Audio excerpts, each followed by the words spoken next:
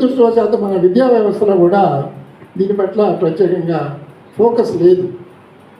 ఓ 10th class చదివే విద్యార్థికి చట్టాల పట్ల, న్యాయం పట్ల కనీస అవగాహన కూడా లేనటువంటి సిలబస్లు కూడా మన దగ్గర ఉన్నాయి.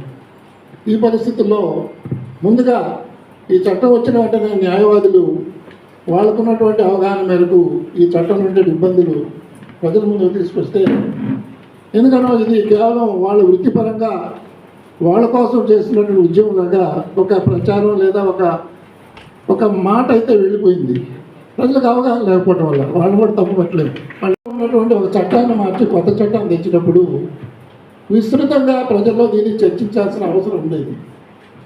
ఎందుకనో ఇంతకుముందు పెద్దలు చెప్పినట్టుగా పైనుంచి వచ్చినటువంటి ఆదేశం వల్ల కావచ్చు, అవసరం వల్ల కావచ్చు, విస్తృతంగా ప్రజల్లో చర్చ జరగలేదు. ప్రజల్లో సంగతి దేవుడు ఎరుగు. కనీసం వారు అన్నట్టుగా ఈ న్యాయ సూత్రాలు చేసినటువంటి అకాడమిక్స్లో కానీ, న్యాయవాదులతో కానీ, ఇతర న్యాయ నిపుణులతో కానీ, లేదా ఈవెన్ పరిపాలనకు సంబంధించిన అధికారులు కూడా తెలియదు.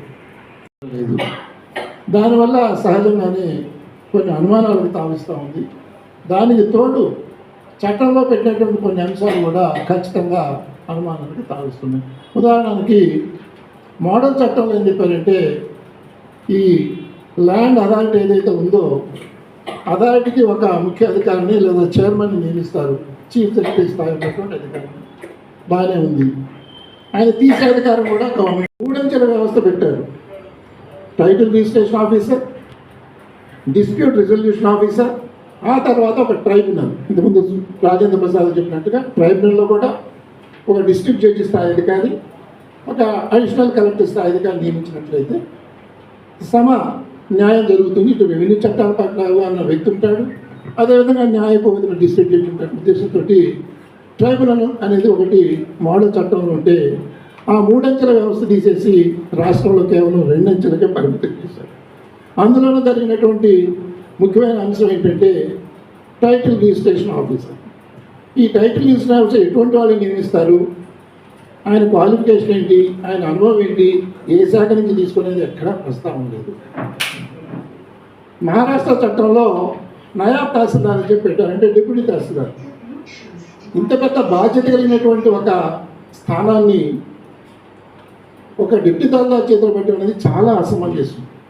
మహారాష్ట్రలో అదేం చెప్పకపోయినా కానీ ఆ బాధ్యత నిర్వహించే వ్యక్తి కనీసం ఒక డిప్యూటీ కలెక్టర్ స్థాయిలో ఉండాలి. కనీసం 10-15 ఏళ్ళ అనుభవం ఉండాలి. ఎందుకంటే వ్యక్తుల ఆస్తులతోటి మనం ఆటలాడుకున్నట్టు అవుతుంది. లేకపోతే ఆయన చేసే చిన్న పొరపాటు వల్ల ఆ వ్యక్తి జీవితం నష్టపోతుంది. తర్వాత చాలామందికి ఇదేదో రైతులకు సంబంధించిన వ్యవహారం అనుకుంటున్నారు. వ్యవసాయ భూములు కూడా ఒక అంశం. చెప్పాలంటే నిజంగా చిన్న పూరి గుడిసు కూడా ఇది వర్తిస్తుంది.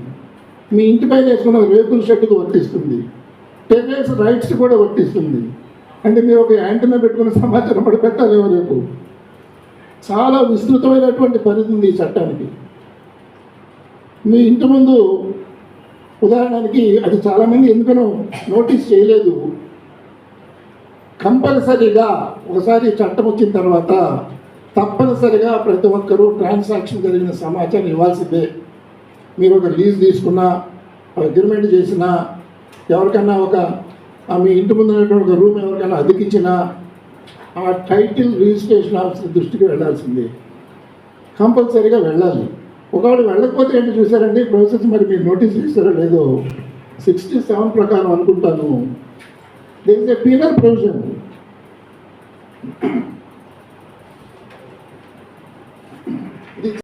Any person responsible for providing information under this Act shall be personally liable for failure to furnish the information within the period specified therein and shall be punished with an imprisonment for a term which may extend to 6 months or with fine which may extend to ₹50,000.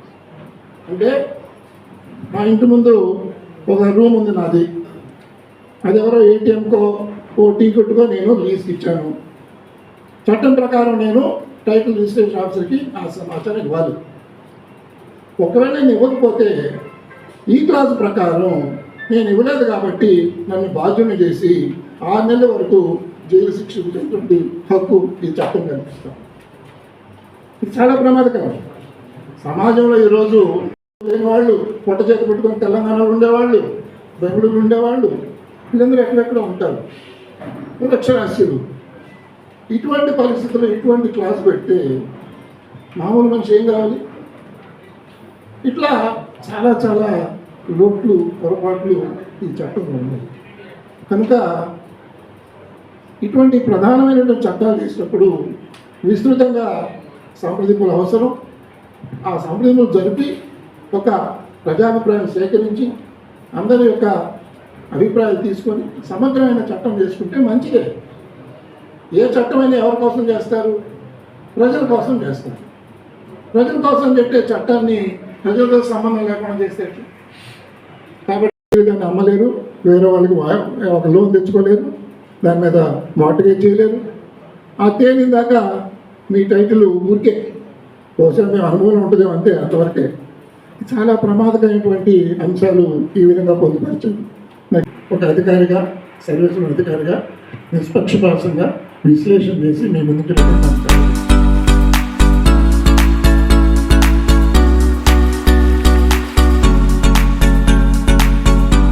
చూసారు కదండి. మరి ఈ video కనుక మీకు నచ్చినట్లయితే ఒక like కొట్టేసి మీ అభిప్రాయాన్ని కూడా కామెంట్ బాక్స్లో తెలియజేస్తూ ఇలాంటి ఇంట్రెస్టింగ్ అప్డేట్స్ కోసం మా ఛానల్ని సబ్స్క్రైబ్ చేసుకోండి.